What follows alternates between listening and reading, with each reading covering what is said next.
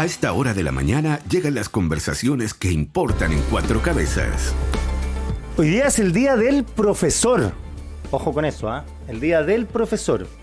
Así que, a ver, ya entraron los niños al colegio, ya 8 o 7, ya están en la aula, sí, para que celebren a todos sus profesores. La gente que lo está escuchando, uno recuerda a los profesores que marcaron su vida, y claro que los hubo. Y para conversar del Día del Profesor, de los dilemas que tiene el mundo pedagógico, hoy por hoy estamos con Mario Aguilar, histórico dirigente de los profesores. ¿Qué tal, Mario? Muy bien, muchas gracias. Esa es una forma muy amable de decirle viejo a uno, histórico. No, uno también fue histórico periodista. ¿Tú vas a postular al Colegio de Profesores, no? Sí, voy a postular al director. ¿Cuándo la elección? A Presidencia Nacional, el 16 de noviembre. Ya, o sea, no ahora queda luego, nada. queda un mes, justo. Perfecto. Oye, cuéntanos, ¿en qué está el mundo el mundo del profesor hoy por hoy, cuando hay dilemas de si el aula va a seguir siendo como la conocemos, que hay desafíos con la inteligencia artificial, que hay una generación de cabros que viene con las crisis y la pandemia? Es como un momento complejo para el mundo pedagógico, ¿no? Es un momento complejo, sin duda, porque, claro, vemos un mundo que está cambiando de manera increíble. O sea, hasta hace no tanto, por ejemplo, no existía el WhatsApp, por decirte Claro. una pura cuestión bien concreta que hoy día es casi tan rutinario en la vida de todos nosotros. Entonces, claro, hay mucho impacto de cambio, modificaciones. Antes de la pandemia se pensaba que este tema de la virtualidad o de las tecnologías se iba hacia allá, hacia que casi que las escuelas desaparecieran. Y durante la pandemia lo que se produjo fue una revalorización del trabajo presencial, que diría yo. O sea, sí, vimos es que si bien es cierto que existían muchas tecnologías a la mano y el trabajo online era muy fácil, es fácil en el sentido que estaba al acceso de una gran mayoría, vimos que de ninguna manera reemplazaba la presencialidad. Pero por lo tanto se ha revalorizado la importancia de la escuela, el impacto, el beneficio social que se tiene, no solo en términos de contenido, de conocimiento propiamente tal, sino en términos de lo que produce emocional y socialmente. Sin embargo, lo que tú dices, la inteligencia artificial, las mismas tecnologías del celular, yo siempre echaba un poco esta talla de que antes de la pandemia nosotros siempre le decíamos a los niños, niño, apague el celular. Claro. Y en pandemia tenemos que decirle lo contrario, niño, prenda el celular. Claro. O sea, efectivamente tiene un impacto grande, y la escuela en general y el sistema educacional en general siempre históricamente ha sido lento para los cambios. No se adapta muy rápido a los cambios. La escuela es una institución que más bien tiende a ser tradicional desde sus orígenes, y por lo tanto ahí se produce un desfase a veces entre lo que la escuela ofrece y lo que las nuevas generaciones traen como mentalidad, como manera de ver el mundo. Oye, Mario, el ministro de Educación, Nicolás Cataldo, ha dicho que la generación afectada por la pandemia va a demorar más o menos 10 años en recuperarse, por decirlo de alguna manera. Está el tema de la reactivación, la recuperación de educación, pero parece ser que el impulso a esa necesidad, a ese terremoto educacional que vivimos, no es tan vigoroso en el gobierno. Ha habido críticas de gente como Ignacio Briones, que participó en la comisión de recuperación, de que no hay una dedicación 1000% al tema, que no hay recursos extraordinarios para enfrentar un tema que parece ser una catástrofe a nivel de segundos, terceros básicos, que hay niños que todavía no aprenden a leer en tercero básico. Sí, a mí me pareció una declaración poco feliz del ministro, porque de alguna manera como que se rinde. Yo sentí eso en su declaración, como que casi no había mucho más por hacer. Y yo creo que coincido en que no se está haciendo lo suficiente, pero no solo en relación al aceleramiento en la recuperación de los contenidos. Yo creo que con pandemia o sin pandemia nosotros probablemente igual, o sea, obviamente la pandemia tuvo un impacto devastador, y no solo en Chile, ojo, en el mundo. Esta baja en los resultados, por ejemplo, ha sido muy dura en Estados Unidos y en la mayoría de los países. Esta baja en los resultados de las pruebas estandarizadas, que igual es una medición bien puntual y sesgada. Nosotros hemos cuestionado que las pruebas estandarizadas sean un indicador correcto de calidad de la educación en el sentido amplio del término, pero sin perjuicio de ello, evidentemente los aprendizajes se vieron afectados. Y yo diría que fundamentalmente por una cuestión emocional y social. O sea, el retraso que se produjo en la adaptación social de los estudiantes y lo que se produjo emocionalmente en términos de no haber tenido un desarrollo normal durante 2 años, que obviamente en una edad de la infancia 2 años es mucho tiempo. Por supuesto que ha tenido un impacto y de hecho hoy día nosotros lo que más denunciamos como un problema acuciante que tendría que tener primera prioridad país es el tema de la salud mental en las comunidades escolares. Y ahí hay claramente, coincido yo en que hay poca priorización de parte del gobierno respecto a este problema. Uno esperaba que educación iba a tener una centralidad muy grande en un gobierno como el de Boris, considerando su impronta, su ADN con el que él se hizo famoso, ¿no es cierto? Y construyó su liderazgo, defendiendo la educación pública, y muchos en el gobierno. Y sin embargo, no hemos visto esa centralidad. Y de alguna manera, a mí yo interpreto las declaraciones de Cataldo como que él tampoco siente el respaldo dentro del gobierno o siente la priorización de educación o la centralidad de educación suficientemente fuerte, y por eso pone una meta, a mi entender, demasiado poco ambiciosa. La reactivación tiene que ser mucho antes de 10 años, porque si nosotros vamos a esperar 10 años para decir recién, bueno, nos hemos recuperado, a mí me parece una meta país. Una generación completa.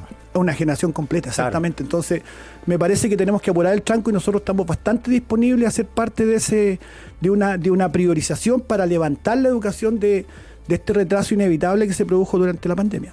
Sí, porque el tema esto de los tutores, mentores, como se llame, tampoco se ha desarrollado tan fluidamente. Tampoco hay un problema de infraestructura también. ¿A qué hora hacen las clases? ¿Dónde las hacen? Para reforzar, digo. Y salvo los papás que tienen la posibilidad de contratar por su cuenta profesores particulares que refuercen a los niños que tuvieron esa pérdida de clase, las instancias no son masivas. Pues si ahí uno dice, bueno, ¿por qué no ponerse gobernar y educar, como decía Aguirre Cerda, como prioridad del gobierno, incluso cambiando todas las prioridades futuras? Porque es cierto que Boric tiene la impronta de educación, pero más bien universitaria. Está más preocupado el CAE que de estos cabros.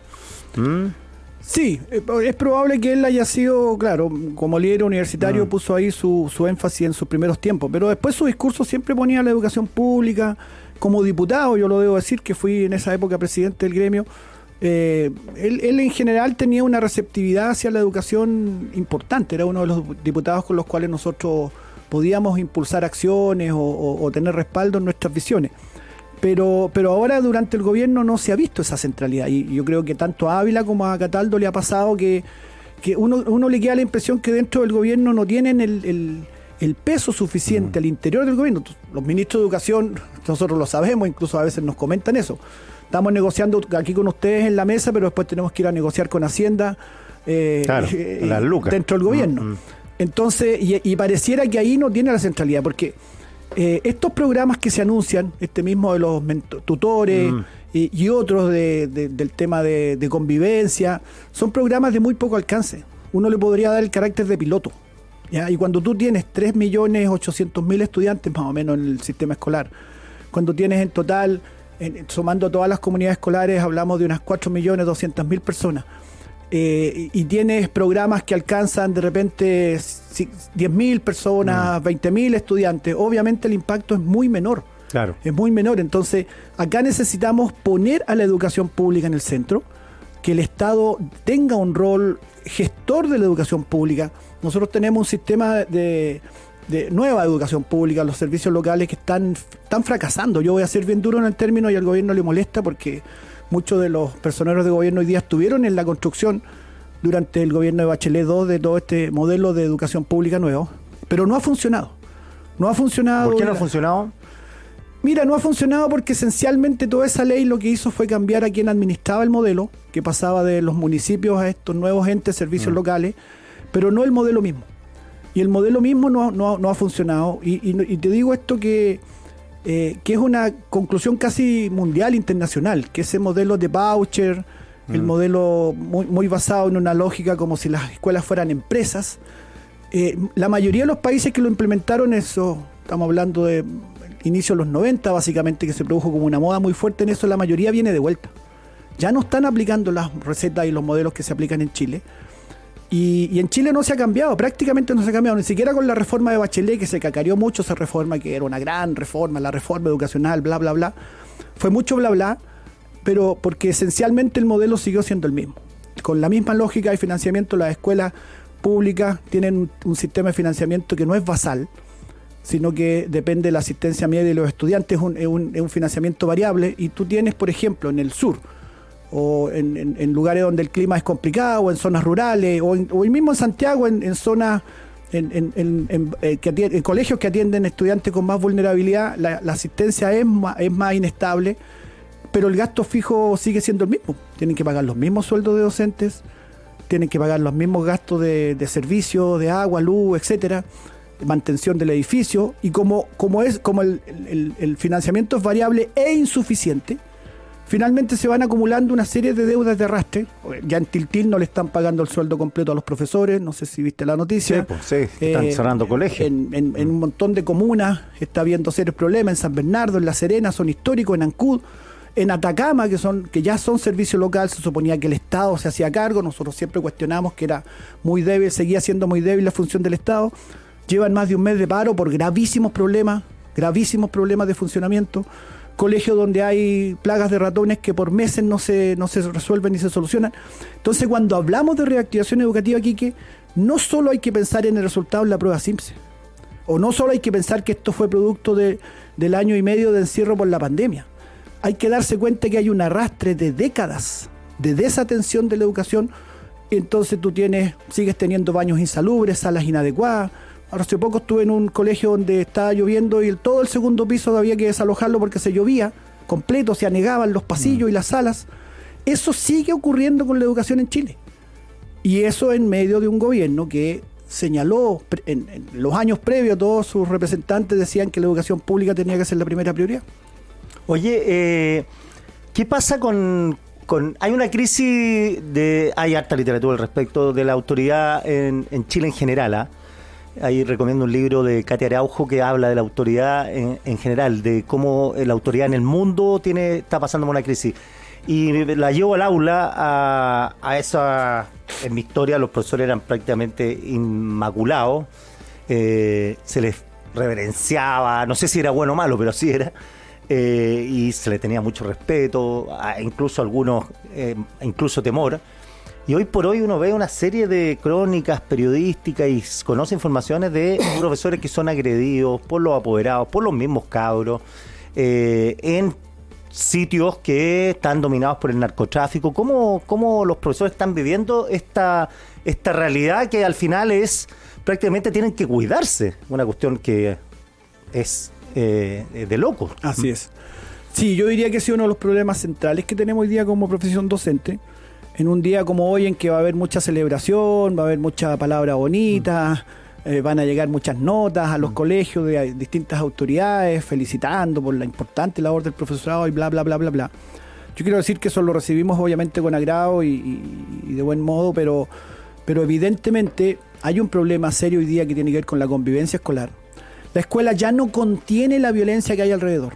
La violencia social llega a la escuela, ingresa, a lo mejor 30, 40 años atrás tú ibas a un barrio muy peligroso, pero el profesor era intocable y pasaba en medio de las pandillas y lo saludaban los pandilleros. ¿Cómo está, profesor? Sí. Esa realidad ha cambiado. Ha cambiado hoy día el tipo de delincuencia en muchos barrios es mucho más dura, no respeta la escuela. Hay escuelas que han tenido 40 robos de sus computadores o lo que tengan valioso dentro de la escuela. 40. Entonces, en Pudahuel, estoy recordándome una escuela de Pudahuel que hace poco fue, digamos, hace unos meses atrás fue noticia porque era el robo número 40 en 2 años más o menos de tiempo. Entonces, jardines infantiles que se desvalijan. Y el tema que tú tocas de la violencia, que lo más duro y más grave es de los apoderados. Hay también de estudiantes y cada tanto es noticia, pero en general, uno como profesional relativamente puede manejar las situaciones de estudiantes, hay respuestas pedagógicas, disciplinarias que se pueden llevar, pero el apoderado, hay situaciones, y por eso nosotros hablamos mucho del tema salud mental, hay situaciones que son increíbles. O sea, hace un año atrás más o menos estuve en una escuela rural en Yanquihue, donde pocas semanas antes de que yo estuviera ahí, lo habían agredido a varias profesoras, la mayoría eran mujeres. Una apoderada había entrado fuera de sí, agredió, pateó, golpeó a profesoras y profesores porque a su hija no la habían elegido reina. O sea, que es ridículo. Tú dices, pero qué absurdo, pero contingencia o por razones, por medidas disciplinarias, por una nota, porque un alumno fue suspendido. Claro. Por cuestiones sumamente cotidianas, propias de la contingencia escolar, y que son formativas, porque de repente la sanción también es formativa. Hay un reglamento, hay una forma de funcionamiento escolar donde a veces la suspensión le hace bien al estudiante, por decir algo, o de repente una mala nota que le pone una alerta y decirle, bueno, tienes que estudiar más, es parte del proceso de enseñanza-aprendizaje, y sin embargo hoy día las reacciones a veces son absolutamente desproporcionadas, y no hay protección. Muchas de esas agresiones quedan en la impunidad. Claro, porque si no es la policía, ¿quién va? Claro, y a veces incluso llega la policía, a veces la persona es detenida, pero después no pasa absolutamente nada. Y sigue conviviendo el profesor en ese mundo. Y sigue conviviendo, y a veces el agresor vuelve y está ahí mismo. Y a pesar de que el médico o el psicólogo que atendió al profesor, porque a veces el impacto es duro, a veces las agresiones son duras. Hace unos años atrás, me acuerdo, en Chimbarongo, ese caso sí logramos que hubiera una sanción de tribunales. Un apoderado entró y estaba el profesor estudiando, almorzando con su curso, que era un segundo básico, imagínate los chiquititos. ¿Ya? Y entró con una silla y lo empezó a agarrar a sillazos delante de los estudiantes. Entonces, Y el hijo mirando, me imagino. por supuesto, Claro. por supuesto, y todos los niños, los 40 niños del curso mirando la situación, Sí, imagínate el trauma que les provocó, imagínate cómo quedó ese profesor. Y a pesar de que finalmente llegó a una sanción, la sanción final es bastante menor. Claro. Son una agresión. Son una agresión, una multa, en general no van a la cárcel. Entonces hay un problema serio y que tiene que ver con la salud mental. El presidente Boric dijo que la salud mental iba a ser una prioridad en Chile, hablando en general, no hablando de los colegios. Efectivamente, yo creo que todos nos damos cuenta de que hay un problema en Chile. ¿Hay muchos profesores con licencia? Hay harto. Ha aumentado mucho la licencia médica, sobre todo por razones de tipo psicológicas, porque es muy agobiante el trabajo, a lo cual hay que sumar todo esto que estamos hablando. También un agobio laboral muy grande, que no tiene que ver con que no queramos trabajar, tiene que ver con que no queremos trabajar en tonteras, como llenar informes, papeleos, burocracia, y perdiendo tiempo para atender a nuestros estudiantes. Estos mismos estudiantes que tienen problemas emocionales, que tienen problemas psicológicos, tú a veces no tienes tiempo para atenderlo como debieras. Claro, porque toda la burocracia es muy grande. Muy alta hasta este tema. Dicen, los profesores no se quieren evaluar. No es que no queramos evaluarnos, es que el proceso de evaluación docente es tan engorroso, te toma tanto tiempo, semanas, incluso meses, trabajando unos portafolios y unos informes, que finalmente terminas trabajando para la evaluación que tienes que hacer cada 4 años más que para tus estudiantes. Ocupas muchísimo tiempo en eso, ocupas el fin de semana, ocupas incluso en las fiestas patrias. Muchos colegas no estaban celebrando, estaban preparando el maldito portafolio, así lo dicen, que es finalmente mucha burocracia, que no necesariamente tiene que ver con lo que tú haces cotidianamente en tu escuela, sino que le tienes que rendir cuenta a burócratas que te van a chequear y van a decir, ya, este profesor está bien calificado, en base a algo que muchas veces no tiene nada que ver con la realidad que tú haces realmente en la sala de clase. Entonces, todo eso quita tanto tiempo, agobia, produce tales niveles de estrés que el cuerpo te pasa la cuenta en algún momento. Y hay estudios, Elige Educar hizo un estudio hace unos años atrás donde en promedio un profesor o profesora trabaja entre 12 y 14 horas adicionales a lo que establece su contrato de trabajo a la semana. ¿Dónde lo trabaja? En su casa. Ir corrigiendo pruebas, preparando material, llenando estos informes o en este portafolio de la evaluación docente. 14 horas a la semana extra lo que dice su contrato. Es mucho. Es un tercio de la jornada adicional que no te la paga nadie, que nadie te la recupera, que se le quitas ese tiempo a tus hijos, a tu familia, a tu descanso, a tu recreación. Y que ahí ese problema lleva años y está haciendo agua hoy día o está reventando en las licencias médicas. Si las licencias médicas son reales, nadie está inventando esas licencias médicas, no son esa típica licencia médica media bruja que a veces el chileno se consigue para tomarse unos días. No, es situaciones reales de salud que están afectando muy fuertemente al profesorado hoy día. Ya se nos está acabando el tiempo. Mario, deuda histórica, ¿tú crees que la va a pagar el gobierno o no la va a pagar?